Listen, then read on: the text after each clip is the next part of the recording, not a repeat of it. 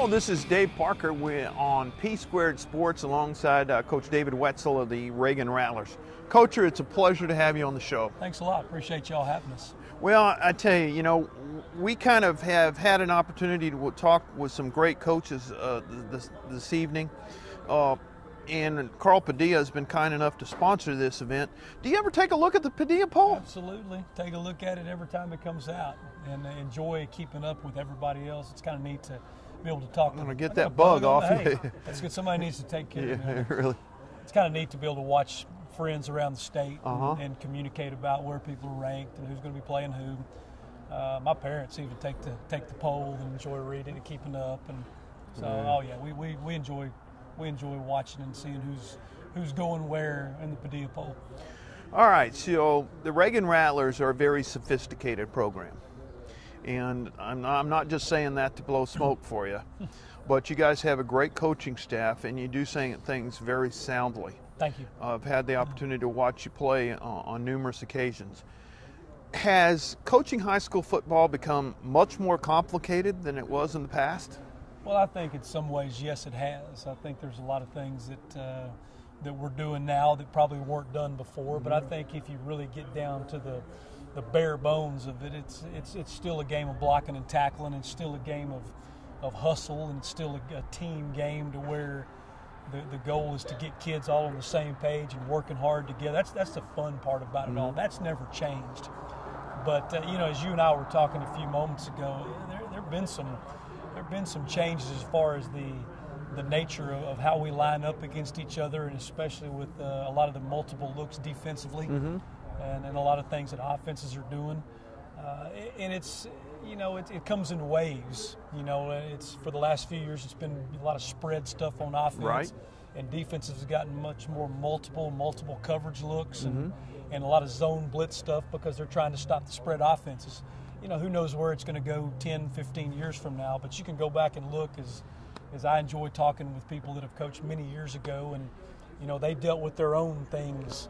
They dealt with their own waves of the new things that came in and the changes that were made. But the fun part about it, it's an ever evolving game, and it's fun to watch young people develop and try to help them grow and put them out on the field, let them play. Well, to tell you how old I am, I was an offensive tackle running the wishbone and doing a veer block down on the linebacker, right, and trying to make sure that we doubled up if they moved into that gap and all those other things. But what I want to talk to you about is secondary play. You talked about multiple looks on defense, and it's sort of like how you manage your 401k. How much risk are you willing to take? So if you look at defenses now, how much risk is there, and what are you doing to adjust to all these spread offenses? Well, I think you have to be very sound with what you're doing, and the biggest part is the kids have to be able to execute what you're doing. And that's what we're very fortunate at Reagan. We've got a great group of kids. They're sharp kids. We have not always been able to put the fastest guy in the secondary on our football team. Don't get me wrong. We've had some really good athletes that have played for us, but we haven't always had an extremely fast guy in the secondary. And but what we've had some really smart kids that are able to take coaching. They're able to watch the film. They're able to adapt to what the offense is giving you.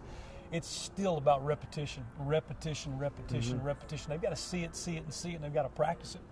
But I think the plan has got to be presented in the right way, and I'm very fortunate to have some great defensive coaches, and Ricky Mott is as good a defensive coach as I've ever been around, and we do a lot of things on our defense. So we're very multiple, and we do have a lot of coverages. In fact, he and I have been visiting over the last few days. I'm probably going to go coach part of the secondary during the spring, a little bit of the time, so that our secondary coach can take the safeties and I'm going to take the corners, and so we can kind of further ourselves and get deeper into those coverages and the intricacies that are involved, because you can't just go practice a coverage unless you know what the weaknesses and the strengths are of it, and you got to do that against an offense. And so there's a lot of work that we've got to do to be able to do those several coverages that we're going to be running, but it takes a smart kid to do it, and it takes a lot of work. He talked to me about halves and quarters. Right. And this, to the audience, and of course, is a little bit maybe more of a lay audience, but talk to us a little bit about what halves and quarters mean. Well, you know, in simple terms, you start off in the secondary. If you can play man-to-man coverage, just like playing man-to-man in basketball. I've got him and you've got him, and there's certain risk involved with that. If you've got really good athletes and you can take a risk of playing man, there's a lot of advantage to being able to do that. But we've never felt like you could survive in playing man the whole football game. So when you get to talking about halves or deep thirds or quarters, you're talking about zones of the field. And halves is a pretty popular coverage in a lot of ways. If you hear people talk about Tampa 2, a lot of NFL guys are running Tampa cover 2, where your corners are going to play the flat. They're going to roll up, and they're run support on the edge, and they're playing the flat. And they're a lot of times going to try to reroute receivers on the edge. And your safeties are deep half players. If you took the field and divided at the goalpost and each half of the field, one safety's got one side and one's got the other, and you're talking about the deep half of the field. Now there's a lot of little intricacies that go into that, but that's a layman's term of halves. Quarters is kind of a combo zone that can turn into man at times. It's still a zone coverage, but it can turn into a man-to-man situation depending on what the offense does. You know, we could talk about it all day. It'd be a lot easier to have a board and draw on it, but it can get pretty complicated. But again, it takes a lot of reps to do it. It takes a lot of film watching, and it takes a lot of studying and a lot of time to really get it right. But no, I don't think we ever want to line up and play man the whole time, but we're going to play man even with when we feel like we may be mismatched. We feel like there's some advantage to doing that.